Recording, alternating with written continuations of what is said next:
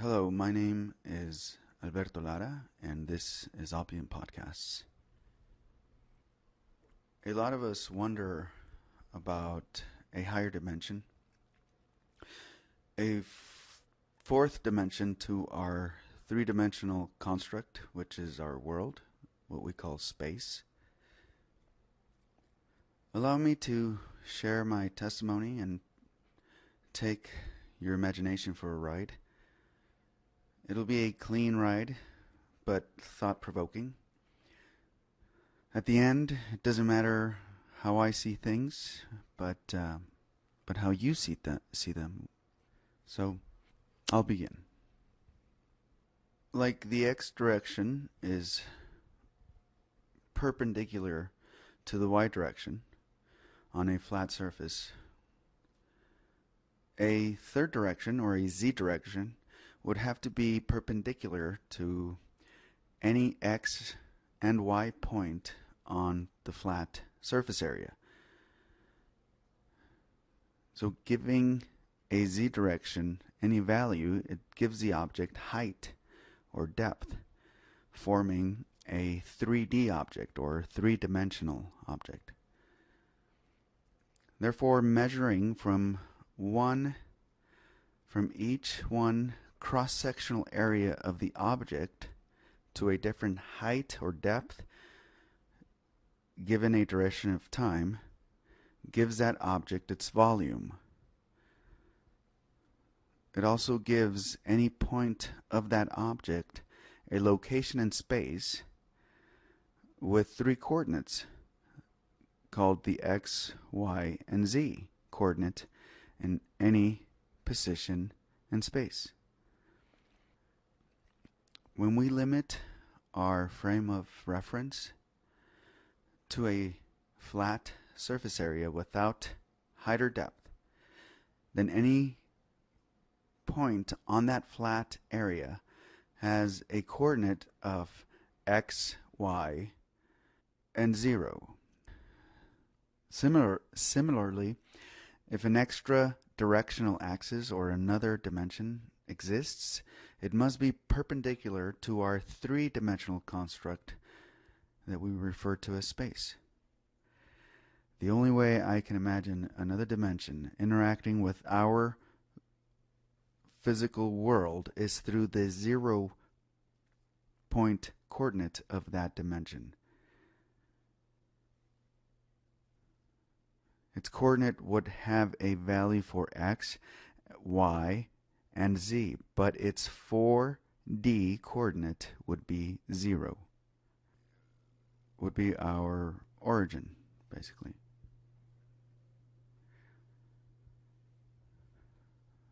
Whatever manifests itself into this world, fourth dimensional coordinate. And then it will extend outward into our physical world. As we are formed from the inside out. So I wonder if we are a manifestation of this world outside our known space-time continuum. But there's no outward that we can grow. But we can grow profoundly inside. But we all form from a cell outward. That cell has the exact perfect chemicals to form a human being. It is a perfect seed to grow one of us into this physical world. When you consider the atomic structure, the chemical formulas that it takes to form life. Amino acids. What are amino acids? That is the foundation of the formula for life. Arranged in a certain order, they form proteins, and those proteins they go back and forth, and then they create DNA. Like your radio has to be designed in a certain order and structure. Otherwise, all it is a box full of metals and alloys and plastics and glues, who knows what else. But arranged in a certain order, it's able to receive signals from the electromagnetic spectrum, the radio waves. Hits the antenna, goes in there and converts it into pleasant sounds that we call music. Well, to each their own. So, all of that happens at the microscopic level. But there's a deeper world into the atomic level and further into the subatomic level. And all that occurs through quantum physics. Quantum physics has different rules for what we call the physical world. And quantum physics does not apply by the same rules. Quantum physics relies mostly on probabilities. The likelihood of an event occurring. It's called the superposition property of quantum mechanics, where you could be in any state possible at the same time. Another example is imagining looking up at a ceiling fan while it's turning. But if you adjust the speed of motion of the fan, and you can try to look at one blade at a certain time by following the path of the blades, you can almost capture the blade in one instant in time. And whatever was on that blade at that point in time will be there, but doesn't necessarily mean that it's there anymore. And all that could happen as you're just letting it be. But once you decide to look at it, it's like taking a snapshot of that certain state with whatever probability it had to be in that state. And that's superposition. In physics, they do explain about the balance of energy. It can never be created nor destroyed.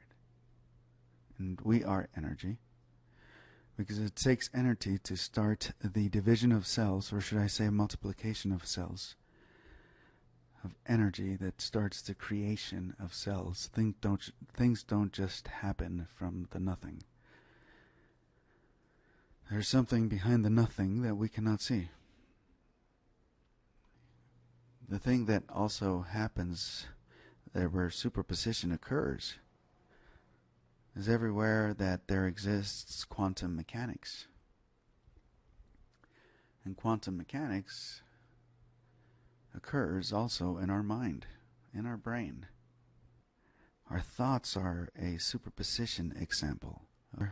Our thoughts could be any possible outcome, whatever floats the observer's boat. It could be any of those possibilities. It's myriad. And all that rushes through your mind. And you pick the one that you feel like the most. But anyway, that's my perception of how to connect the whole world, from science to our personalities to our conscience. Our conscience is formed, but we don't know how, when, where, or even more importantly, why. But it's there. And you're proof of it. And that, I mean you. If you can listen to this, you are proof that there is a conscience. Your 0 point, where you came out of in the point of our creation. And talk to yourself from there. Thank you for listening, and God bless.